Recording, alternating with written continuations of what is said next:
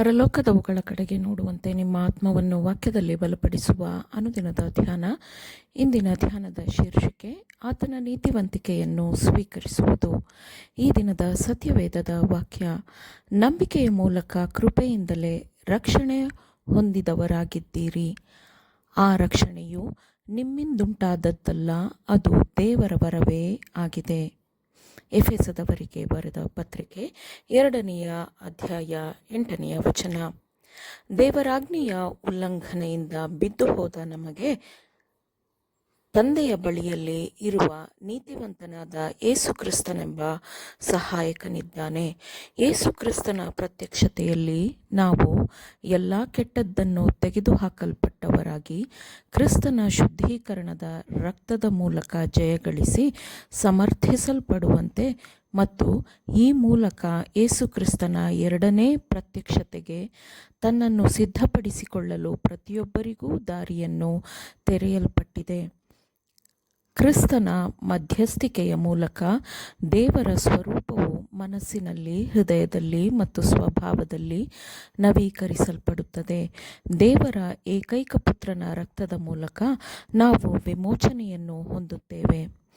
ದೇವರನ್ನು ಘನಪಡಿಸಲೆಂದೇ ನಾವು ಈ ಲೋಕದಲ್ಲಿದ್ದೇವೆ ಮತ್ತು ನಮ್ಮ ವಿಮೋಚಕನನ್ನು ಅವಮಾನಿಸುವಂತಹ ಯಾವುದೇ ರೀತಿಯ ಪ್ರಚೋದನೆಯ ಪ್ರತಿಯೊಂದು ಕುತಂತ್ರದಿಂದ ನಾವು ದೂರವಿರಬೇಕು. ಕ್ರಿಸ್ತನಲ್ಲಿರುವ ಎಲ್ಲ ನೀತಿವಂತಿಕೆಯ ಮಾದರಿಯು ನಮ್ಮ ಮುಂದೆ ಇದೆ. ನಮಗೆ ಮಾರ್ಗದರ್ಶಕನಾಗಿರಲು, ನಮಗೆ ರಕ್ಷಕನಾಗಿರಲು ಮತ್ತು ನಮ್ಮನ್ನು ನಡೆಸುವವನಾಗಿರಲು ಆತನು ತನ್ನನ್ನು ತಾನು ಒಪ್ಪಿಸಿಕೊಟ್ಟಿದ್ದಾನೆ. ನಾವು ದೇವರಾಜ್ಞೆಗಳನ್ನು ಉಲ್ಲಂಘನೆ ಮಾಡಿದವರಾಗಿದ್ದೇವೆ.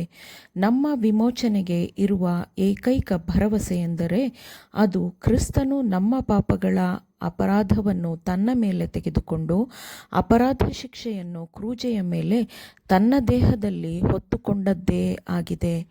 ಆತನು ಪೂರ್ಣಾಂಗ ಬಲಿಯ ಕಾಣಿಕೆಯನ್ನು ಅರ್ಪಿಸಿದನು ಮತ್ತು ಆ ಒಂದು ಕಾಣಿಕೆಯಿಂದ ಮಾತ್ರ ನಾವು ದೇವರ ಆಜ್ಞೆಗಳಿಗೆ ವಿಧೇಯರಾಗಿ ಬದುಕಲು ಸಾಧ್ಯವಾಯಿತು. ನಾವು ಶುದ್ಧವಾದ ಮತ್ತು ನಿರ್ಮಲವಾದ ಧರ್ಮವನ್ನು ಹೊಂದಿಕೊಂಡು ನಂಬಿಕೆಯ ಮೂಲಕ ಕೃಪೆಯಿಂದಲೇ ರಕ್ಷಣೆ ಹೊಂದಿದವರಾಗಿದ್ದೀರಿ ಎಂಬ ಒಂದು ದೊಡ್ಡ ತತ್ವವನ್ನು ಅವಲಂಬಿಸಿ ನಾವು ಆತನ ನಿಷ್ಠಾವಂತ ಪ್ರಜೆಗಳಾಗಿರಬೇಕು. ಎಲ್ಲರೂ ದೇವರ ಭಯಭಕ್ತಿಯಲ್ಲಿ ನಡೆದು ಕೆಲಸ ಮಾಡಬೇಕೆಂದು ನಾನು ಬೇಡಿಕೊಳ್ಳುತ್ತೇನೆ. ತಮ್ಮ ವ್ಯಕ್ತಿತ್ವವನ್ನೇ ಕಳೆದುಕೊಂಡಿರುವ ಬಡ ಆತ್ಮಗಳು ತಮ್ಮ ಇಷ್ಟದಂತೆಯೇ ಜೀವಿಸುವ ದೃಢ ನಿರ್ಧಾರಕ್ಕೆ ಬರಬೇಕೆಂದು ಸೈತಾನನು ನಿರಂತರವಾಗಿ ಪ್ರಯತ್ನಿಸುತ್ತಿದ್ದಾನೆ. ಆದರೆ ನಾವು ಬೆಳಕನ್ನು ಪ್ರತಿಫಲಿಸುವ ಸ್ಥಳದಲ್ಲಿ ನಿಲ್ಲಬೇಕು.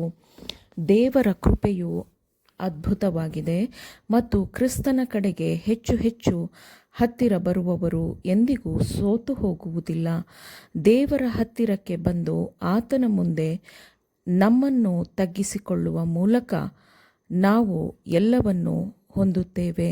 ನಾವು ಇದನ್ನು ಮಾಡುವಾಗ ನಾವು ದೇವರ ಬಾಧ್ಯಸ್ಥರೂ ಕ್ರಿಸ್ತನ ಜೊತೆ ಬಾಧ್ಯಸ್ಥರೂ ಆಗಿರುತ್ತೇವೆ ಎಂಬುದನ್ನು ನೆನಪಿನಲ್ಲಿಟ್ಟುಕೊಳ್ಳಿರಿ.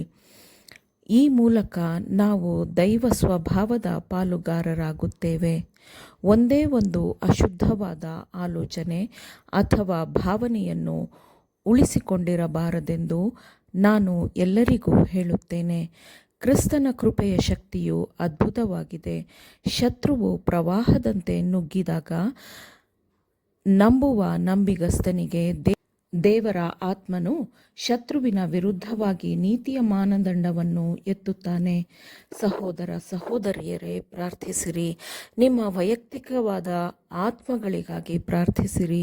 ಕ್ರಿಸ್ತನ ಪ್ರೀತಿ ಮತ್ತು ಕೃಪೆಯು ನಮ್ಮ ಸೀಮಿತವಾದ ಆಲೋಚನೆಗಳನ್ನು ಮೀರಿದವುಗಳಾಗಿವೆ. ನಿಮ್ಮ ಜೀವನವನ್ನು ಕಲುಷಿತಗೊಳಿಸುವ ಎಲ್ಲದರಿಂದ ಶುದ್ಧೀಕರಿಸಲ್ಪಡಬೇಕೆಂದು ಪ್ರಾರ್ಥಿಸಿರಿ. ಕ್ರಿಸ್ತನನ್ನು ಧರಿಸಿಕೊಳ್ಳಿರಿ ಮತ್ತು ಎಲ್ಲ ಆತ್ಮಗಳಿಗೂ ನಿಸ್ವಾರ್ಥವಾದ ಆಸಕ್ತಿಯನ್ನು ಮತ್ತು ಕೃಪೆಯನ್ನು ತೋರಿಸಿರಿ. ವಿಮೋಚನಾ ಪ್ರೀತಿಯ ಶ್ರೇಷ್ಠತೆಯನ್ನು ನಾವು ದೃಢವಾಗಿ ಹಿಡಿದುಕೊಂಡು ದೇವರನ್ನು ಇನ್ನೂ ಅರಿತುಕೊಳ್ಳುವಂತೆ ಮುನ್ನಡೆಯಬೇಕು. ಈ ಮೂಲಕ ಮಾತ್ರ ಆತನ ಗುಣ ಸ್ವಭಾವವನ್ನು ಸರಳವಾಗಿ ಸ್ಪಷ್ಟವಾಗಿ ನಾವು ಪ್ರಕಟಪಡಿಸಬಹುದು.